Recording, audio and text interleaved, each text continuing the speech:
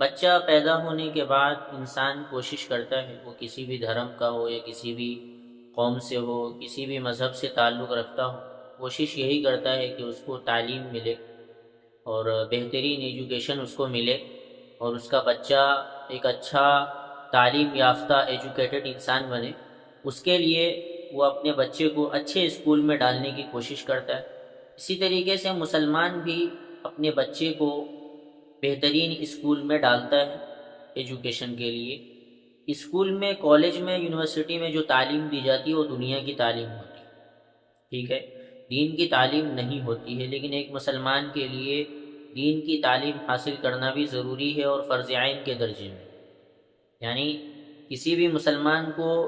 اتنی تعلیم تو مل جانی چاہیے جس سے وہ حلال اور حرام کی تمیز کر سکے۔ اتنی تعلیم تو حاصل کر لے کہ اگر اس کے گھر میں کسی کا انتقال ہو جائے،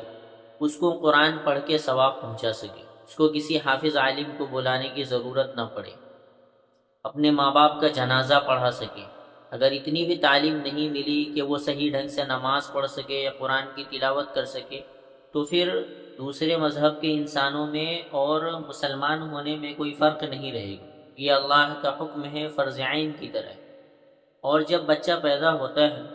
تو اس کی پہلی تربیت کی جگہ اس کی ماں کا گود ہے، ٹھیک ہے، اس کا گھر ہے، اس کے ماں باپ کی تربیت ہے، اپ برنگنگ۔ اس کے بعد اسکول یا کالج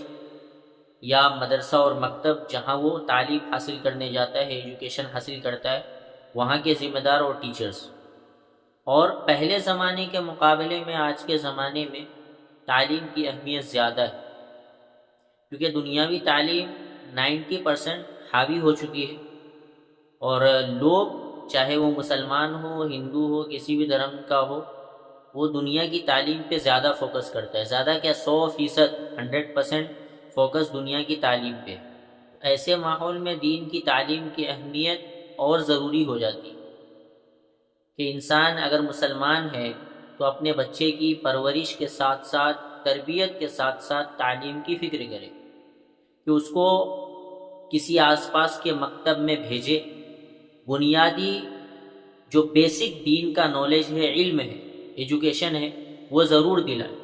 تاکہ اس کو پتہ چلے کہ حلال کیا ہے، حرام کیا ہے،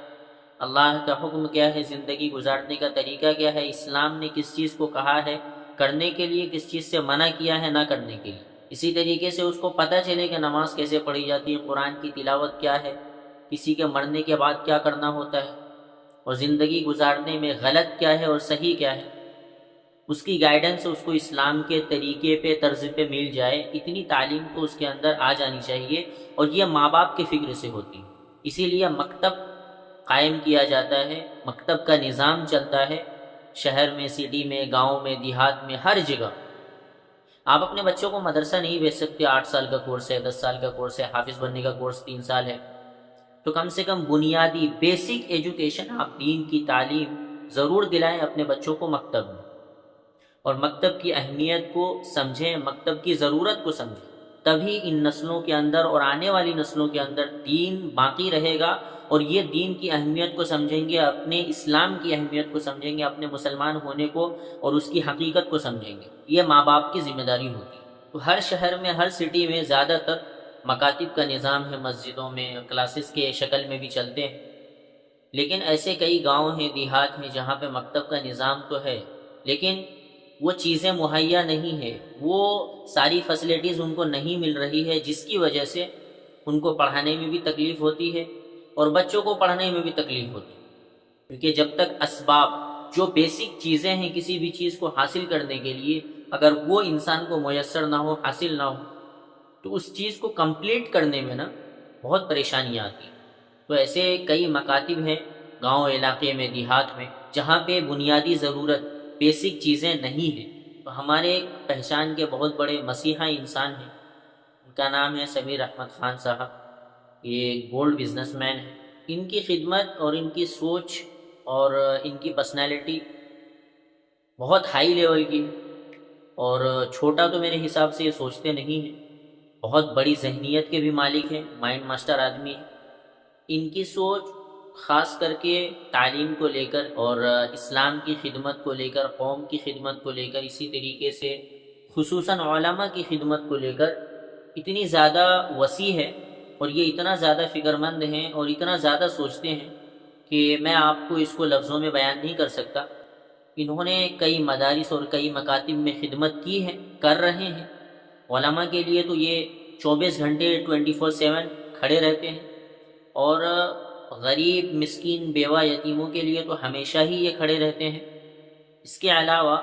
مکتب کو قائم کرنے میں یا مکتب کی تعلیم کو،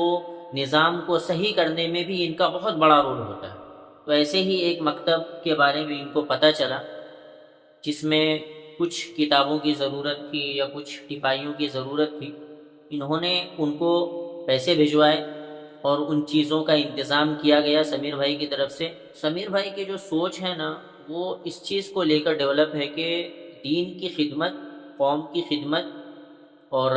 اسلامی تعلیم، ایجوکیشن، یہ جتنا زیادہ ہو سکے اتنا زیادہ ڈیولپ، اور اس کے ڈیولپمنٹ میں ہمارا کتنا حصہ لگتا ہے وہ میٹر کرتا ہے۔ تو اللہ نے ان کو وہ صلاحیت سے نوازا بھی ہے، اللہ نے ان کو اتنا مال دیا بھی ہے کہ وہ قوم کے لیے، لوگوں کے لیے کر رہے ہیں، مکاتب اور مدارس کے لیے کر رہے ہیں۔ تو ہم سب کو اللہ تبارک و تعالی اسی طریقے سے دین کی اور قوم کی خدمت کے لیے ہمیشہ کے لیے قبول فرمائے۔